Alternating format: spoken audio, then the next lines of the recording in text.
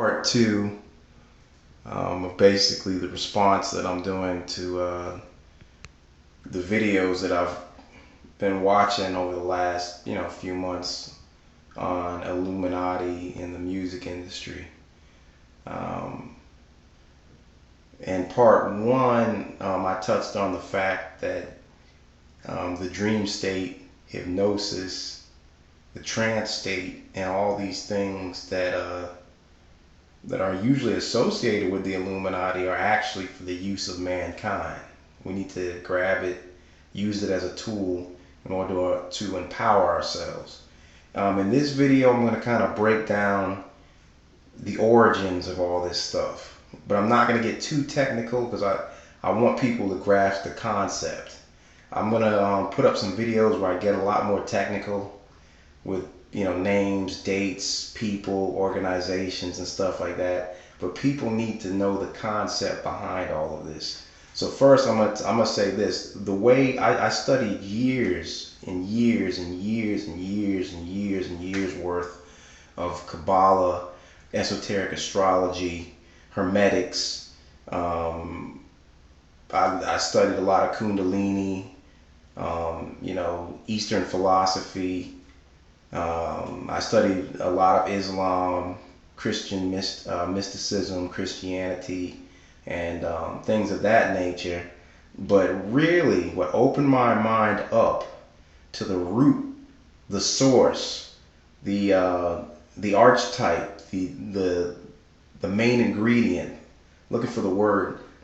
Basically, what will help you understand what is behind all this is actually found in tribal cultures and the way that tribal cultures behave, which makes sense. I mean, that's why they call them primitive, because they're primal man, or man at its basic. Basically it's looking at a community, culture, society as we know it, broken down to its most basic elements. And the first thing to understand is the priesthood of Illuminati, who is running the world, or any type of leadership like that, have their origins in shamanic roots. Now, shamans, of course, one could argue a little bit more on the good side, if you're down with believing in the good versus the bad, or good versus evil, which in itself is an idea but not a reality.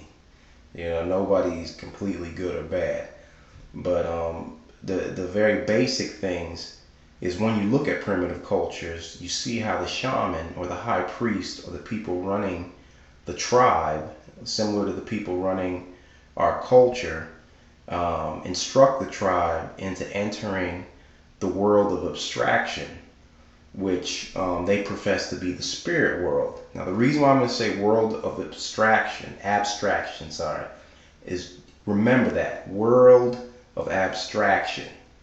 And I'm going to run down 3 different methods that are all combined by the shaman. Number 1, the first method, and I'm going to go into this, is music. Music. Number 2, the second method, is dance and ceremony. And then 3, the last method, is with herbs, or natural herbs, or hallucinogens that are found in the ground. Now, and this is, yet again, this is how they reinstill the cult or cultural values of the tribe. So what happens, I mean, we'll just dive right into it. What people don't realize about drumming and dancing, and this goes hand in hand with music, is the demonization of the fear of it. And I touched on this in part 1. It's the fact that it helps you to go into a trance state.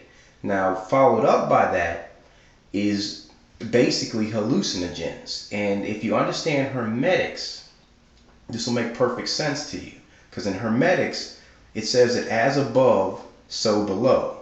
So there's the microcosm and the macrocosm, meaning there's the big universe is a reflection of the very body that we are. So just like there's trillions and trillions of cells in your body, there's uncountable stars and planets and heavenly bodies floating around. And when you bring that back down to a smaller scale on the planet, they look at the planet as a living organism. Now, just to shoot out a real quick concept, to show you where I'm going with this, the planet, basically, we are all cells of this planet. So just like in your brain will secrete hormones to get a response out of the body, to get a response out of certain cells. You know, those secrete hormones for certain cells to grow pubic hair when you reach a certain age.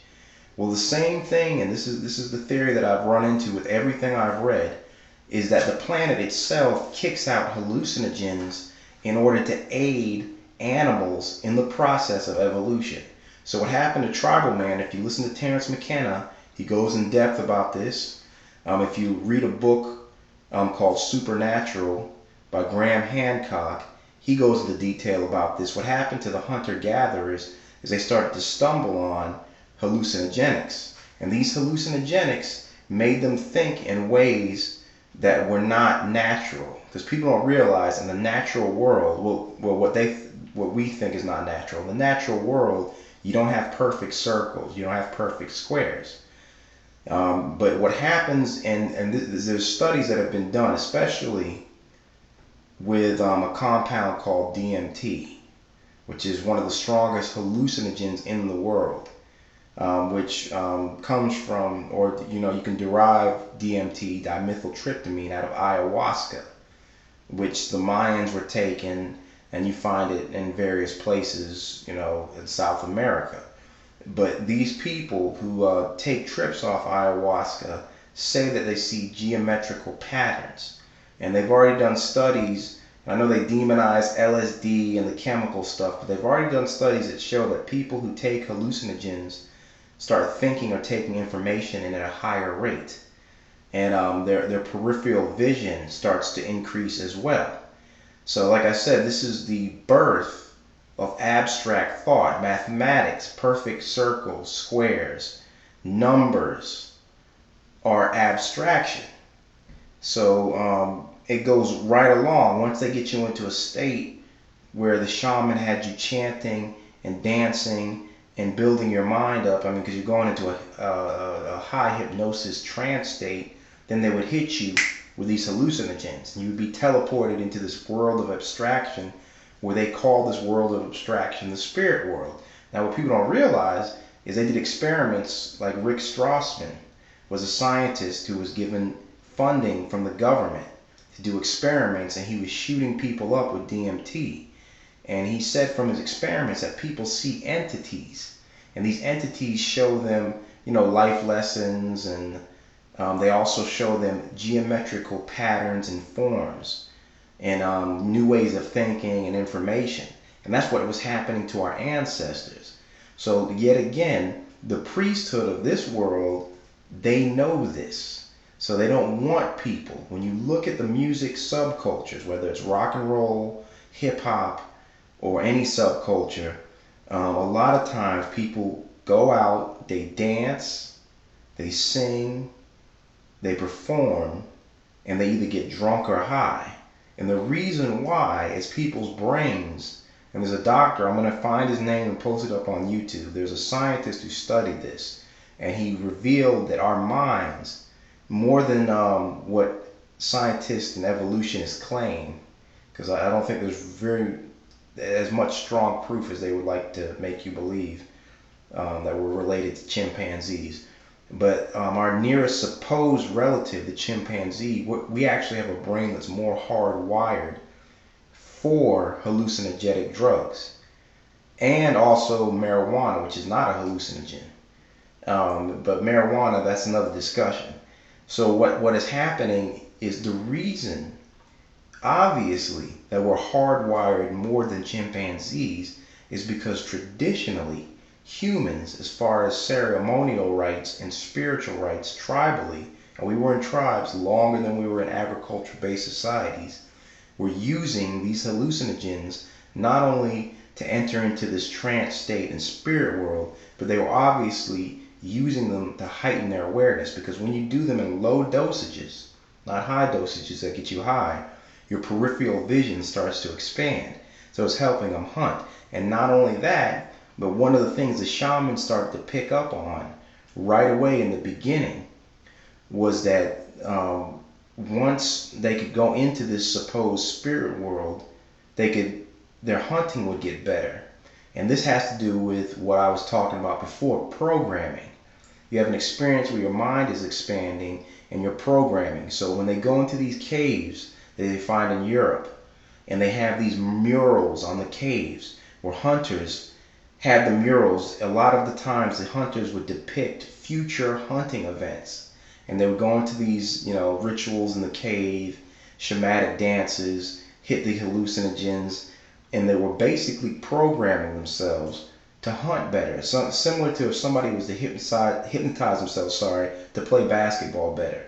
And they would visualize it. And I talked about Allen Iverson to a few people before. I might have talked about it in the other video, and how Allen Iverson, who was a basketball player in the NBA, claimed, this was at the peak of his career when he was scoring all these points, that he would visualize before the game what he was doing. And this is what our ancestors picked up on, that if you visualized it and you saw it in your mind, you started to perform at a higher level. Their hunts were more successful. And even and all over the world, you see this. In Africa, they have hunters in certain tribes where being a hunter meant that you wore a shaman, because the hunt was magical.